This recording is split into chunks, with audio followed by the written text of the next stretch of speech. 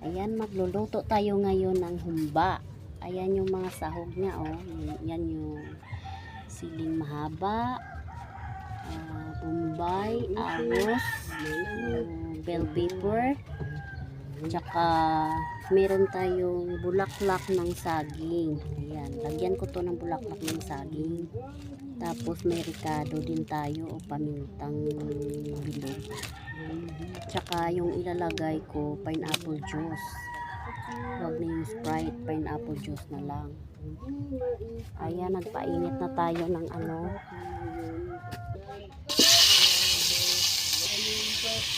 Baliktarin ko lang yan. Yan daw, wala ko ng umba. First time ko magluto nito, ah. Hindi tayo tungkol sa. Sana ma-perfecto. Sana Hindi pumalpak. Hindi sana ako sa mga nag-comment nga, kumain ng umba. Hindi ako, first time ko magluto ng humba, mga pare na. First time ni Mrs. magluto ng humba. Dua, doon. Yan. Kasi may Prito ko muna yung baboy. Pwede rin naman hindi prituhin, gigisa lang siya.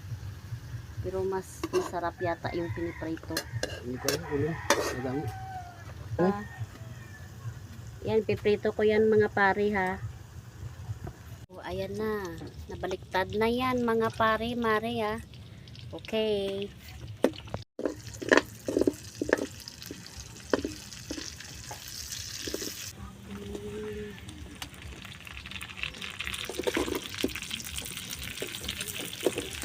Umda ko.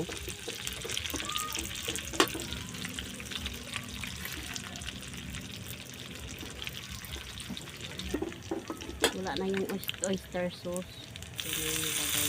Sarap na gusto ko. Lagyan natin ng nor. Pampalasa natin. Lagay na lang natin yung panghuli natin yung bell pepper tsaka yung siling mahaba. Tawag nito bulaklak ng saging to mga pare. Ayan, lagay ko na yan.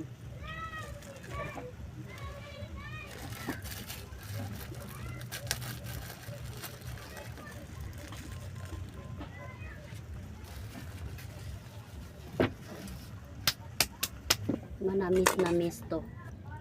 Ayan. Pakuluan natin siya dyan para manuot yung kanyang ano, lasa.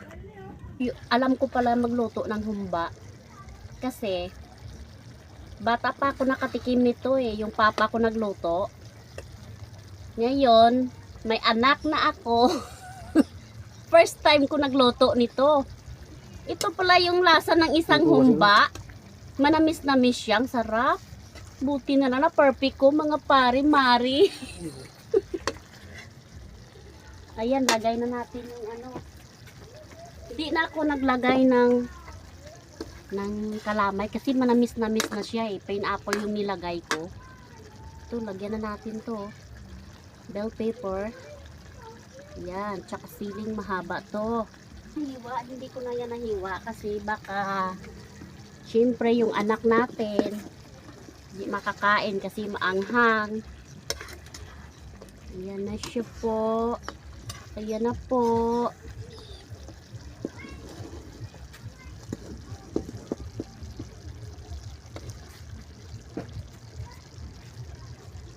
Luto na yung humba, ating humba. Ayan na. Ito na yung niloto ni Mrs. Ito na po yung linuto ko. Nagluto ako ng humba. Ito na siya. Buti na lang na perfect ko yung luto niya.